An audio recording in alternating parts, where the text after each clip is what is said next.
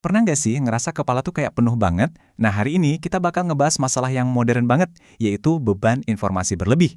Tapi solusinya kita cari dari zaman Yunani kuno. Gimana tuh? Langsung aja kita mulai. Coba deh, pernah nggak kamu ngerasain ini? Baru aja bangun tidur, tapi kok udah capek. Mata bahkan belum sepenuhnya kebuka, tangan udah otomatis aja gitu nyari ponsel.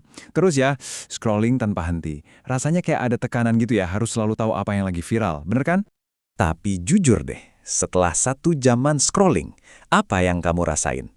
Apakah jadi lebih tercerahkan? Atau malah jadi cemas, kepala rasanya berat? Nah, kalau jawabannya yang kedua, berarti kamu lagi ngalamin gejala dari si penjahat ini, beban informasi berlebih. Gini deh, coba bayangin otak kita itu sebuah gelas kecil. Setiap notifikasi yang masuk, setiap berita yang kita baca, setiap video pendek yang kita tonton, itu semua kayak air yang dituang terus-terusan ke gelas itu, tanpa jeda sama sekali. Lama-lama apa? Ya tumpah dong. Itulah kenapa pikiran kita sering banget terasa kacau dan berantakan. Oke, sekarang ayo kita jalan-jalan sedikit pakai imajinasi. Bayangin kamu bisa bawa satu proyektor film modern ke zaman Yunani kuno. Kira-kira apa ya yang bakal terjadi waktu teknologi super canggih ini ketemu sama dunia yang benar-benar belum siap? Jadi begini ceritanya. Hari pertama, boom, muncul gambar gerak raksasa, orang-orang langsung pada sujud, ketakutan setengah mati. Hari kedua, kamu jadi selebriti dadakan. Hari ketiga, datang nih Socrates, filsuf yang suka nanya-nanya aneh. Dan puncaknya, pas pemutaran khusus buat raja, semuanya jadi kacau balau. Eits, tapi ini bukan sekedar cerita fiksi loh. Percaya nggak percaya, reaksi orang-orang Yunani kuno sama proyektor itu mirip banget sama cara otak kita sekarang merespons media digital. Loh, kok bisa? Gini, orang Yunani kuno kan terpesona sama apa yang mereka anggap sihir dari dewa. Nah, kita juga terpesona, tapi sihirnya beda. Sihir kita itu suntikan dopamin kecil-kecil, kayak permen buat otak, setiap kali kita scroll atau swipe. Emang sih rasanya enak sesaat, tapi ya itu, ujung-ujungnya bikin nagih. Nah, di tengah kerumunan yang lagi terpesona, muncullah Socrates. Dia nggak cuma ikut-ikutan nonton, dia malah mempertanyakan. Pertanyaannya itu tajam banget, dan maksa semua orang buat berhenti sejenak dan mikir, tunggu dulu, ini kita sebenarnya lagi nonton apaan sih? Socrates di cerita ini sebenarnya itu simbol dari bagian otak kita yang namanya Default Mode Network atau DMN.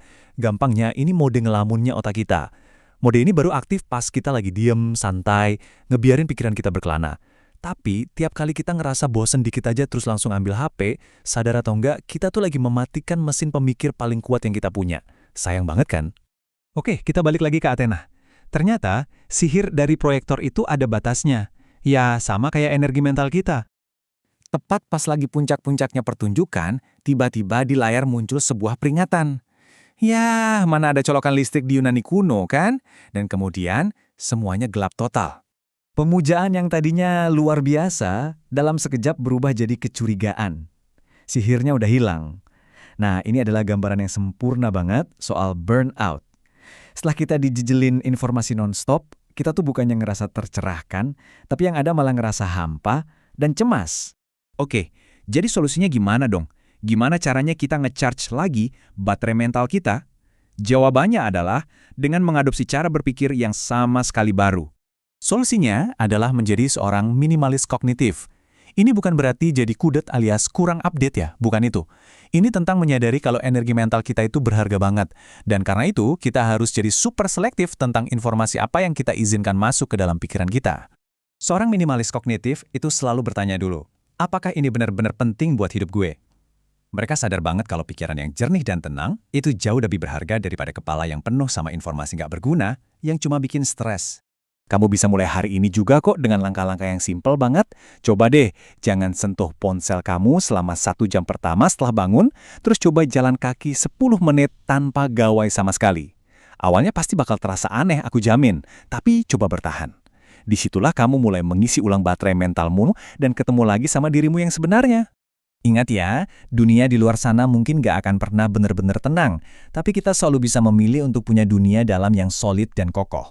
Kamu punya kendali penuh atas apa yang masuk ke kepalamu. Kamulah pengemundinya. Nah, sebagai penutup, aku punya tantangan buat kamu. Coba pikirkan, apa satu hal nggak penting, mungkin satu akun media sosial, atau satu tren gosip yang bakal kamu berhenti ikuti mulai hari ini. Coba deh, pikirkan baik-baik.